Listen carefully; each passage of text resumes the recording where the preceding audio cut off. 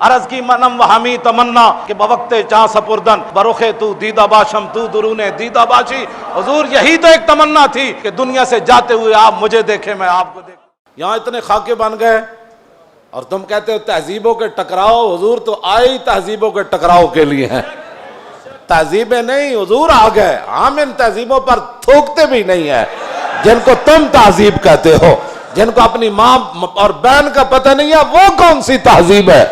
ہاں جی. جن کو خنزیر اور بکری کے فرق کا پتہ نہیں ہے وہ کون سی تہذیب ہے؟ بزدلو، جو دین کی ترجمانی نہیں ہوتی تو پھر ایسے لوگوں کو میدان میں لاؤ جو دین کی ترجمانی کر سکے. دین کے لبادے بھی اوڑے ہوئے اور جناب بڑے بڑے جبے اور دستاریں بھی تم نے پہنی ہوئی ہیں اور حضور کی عزت پر بات نہیں کر سکتے تم. اور تمہاری یہ عزتیں کس کے لیے ہیں؟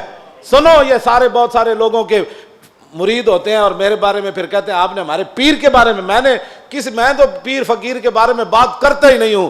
داتا صاحب کتنے بڑے پیر ہیں. داتا صاحب نے پتہ کیا لکھا؟ ولی کی ساری زندگی نبی کے ایک سانس کے برابر نہیں ہے.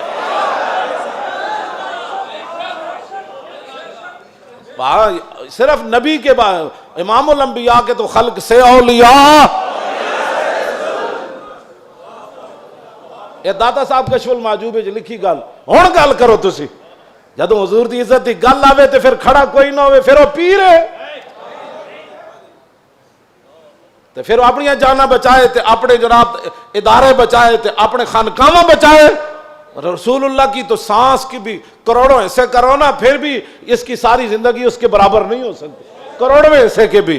یہ تو داتا صاحب نے صرف انبیاء کی بات لکھی ہے. رہ گئی حضور کی بات تو خلق سے اولیاء اور فاق النبیین فی خلق وفی خلق ولم یدانو فی علم ولا کرم وکلہم من رسول اللہ ملتمس غرفا من البحر اور رشفا من الدیم وواقفون لدے عند حد من نقطۃ العلم او من شکلۃ الحکم.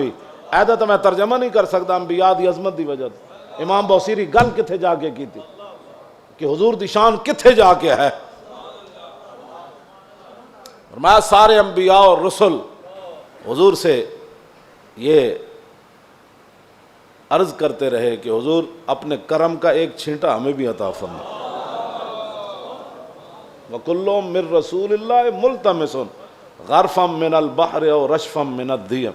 یا اپنے سمندر سے ہمیں ایک چلو عطا فرما دو. اے لفظ اے شیر ہوندا نا دائیں بائیں تے حضور نے تو سنیا سی بوسیری نو چادر دیتی. جے دے وچ کوئی گل ہوندی تے حضور نے فرمانا سی بوسیری اے شیر کٹ دے. تمہیں مقام رسول کا پتہ ہی نہیں ہے. باتیں لوگوں کو اگر مگر کی کرتے ہو. اگر مگر سے ناموس رسالت پر پیرا تھوڑا ہونا ہے. اگر مگر سے پیرا نہیں ہونا. پیرا رسول اللہ کی عزت کا ایسے ہی ہونا ہے جیسے صدیق اکبر نے پیرا دیا، جیسے فاروق اعظم نے پیرا دیا. باقی رہ گیا حضور کا جلال. تو وہ میں آپ کو پڑھ کے سنا دیتا ہوں کہ حضور کا جلال کیا تھا. مولا علی راوی ہیں اس کے. اب مولا علی کیا کہتے ہیں؟ غزوہ خندق کے موقع پر جب رسول اللہ پہرا دے رہے تھے ہمارے ساتھ کھڑے ہو کر، 25,000 کا لشکر خندق کے کنارے کھڑا ہے اور وہ یہ چاہتے ہیں کہ عمر بن عبد ود کی طرح ہم اپنے گھوڑے دوڑا کر خندق کو عبور کریں اور مدینہ پاک پر حملہ آور ہو جائیں، حضور پر حملہ آور. حضور خود پھر تلوار پکڑ کے کھڑے ہو گئے. اور جب رسول اللہ بھی کھڑے تھے وہاں تو سورج غروب ہو گیا. حضور کی ظہر کی نماز بھی قضا ہو گئی. جب عصر کی نماز قضا ہو گئی تو محبوب یہ بھی حضور کی رحمت للعالمین بھی ہے. یہ بھی خلق عظیم ہے. تم نے کون سا خلق عظیم کی مثالیں دیتے ہو؟ مائی کوڑا پھینکتی تھی اور تم یہ باتیں لوگوں کو سکھاتے ہو فلاں کو معاف کر دیا. وہ حضور کا اپنا حق تھا معاف کیا. امتی کو حق نہیں بنتا کہ وہ حضور کی طرف سے خود منصف بن کے لوگوں کو معاف کرتا رہے. یہ قیامت کو فیصلے ہوں گے کہ رسول اللہ نے کس کو معاف کیا اور کس کو معاف نہیں فرمایا. ہم کون ہوتے ہیں حضور کے حق معاف کرنے والے؟ اب جب سورج غروب ہو گیا تو ذرا سنیں حضور کا دعائے جلال کیا تھی. یہ میں اس لیے سامنے پڑھ رہا ہوں تاکہ لوگوں کو پتہ چلے کہ بھائی جو ہم باتیں کرتے ہیں نا وہ غیرت والی باتیں لوگوں کو ہضم کیوں نہیں ہوتی. وہ چاہتے ہیں کہ فرانس حضور کے خاکے بھی بنائے اور ہم مذمت کر کے فارغ ہو جائیں، اور ان کے اندر اتنی غیرت ہو کہ ان کے صدر کے خلاف بات ہو تو وہ اپنا سفیر واپس بلا لے۔ عالم تسا کی حضور دا کلمہ پڑھیا اور 55 ملک ہو یا 56 ملک ہو، ایدا ایک جواب دو، تسا رسول اللہ دا کی کلمہ پڑھیا؟ صرف انہیں اتنی گل کی تھی، صدر دا دماغ خراب ہے، یہ صدر دا دماغ خراب ہے۔ اردگان اے گل کی تھی، انہوں نے غیرت آئی، انہوں نے اپنا سفیر بلا لیا، تے رسول اللہ تے گھر دے بھی انہوں نے خاکے بنائے۔ تساں کی غیرت کی تھی؟ اور جڑے غیرت دا سی سبق دیں دیا، تسی فرانس دے خلاف ساڑھے مسیطہ تے حملے کرنے ہو، ساڑھے علماء دے تسی جلوس بند کیتے، نہیں جی اجازت نہیں ہے، حالات نہیں ٹھیک۔ اور کیڑے حالات اسی بنائے؟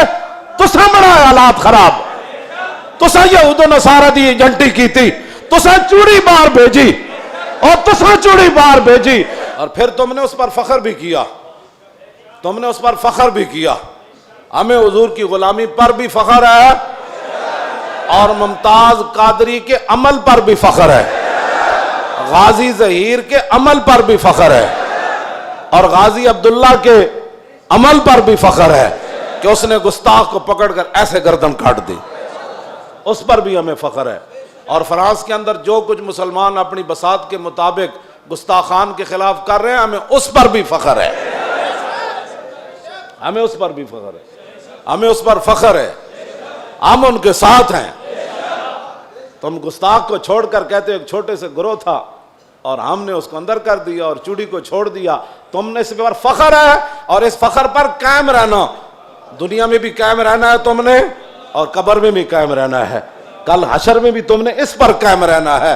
اور ہم دنیا میں بھی قائم کھڑے ہیں کہ ممتاز قادری کے ساتھ کھڑے ہیں، ہم تمام غازیان اسلام کے ساتھ کھڑے ہیں، ہاں جی، تمام محافظان ناموس رسالت کے ساتھ کھڑے ہیں، ہمیں اس پر فخر ہے، اور ہم کل قبر کے اندر بھی ہمیں اس پر فخر ہے، اور کل قیامت والے دن تو پھر بات ہی رسول اللہ کی ہے۔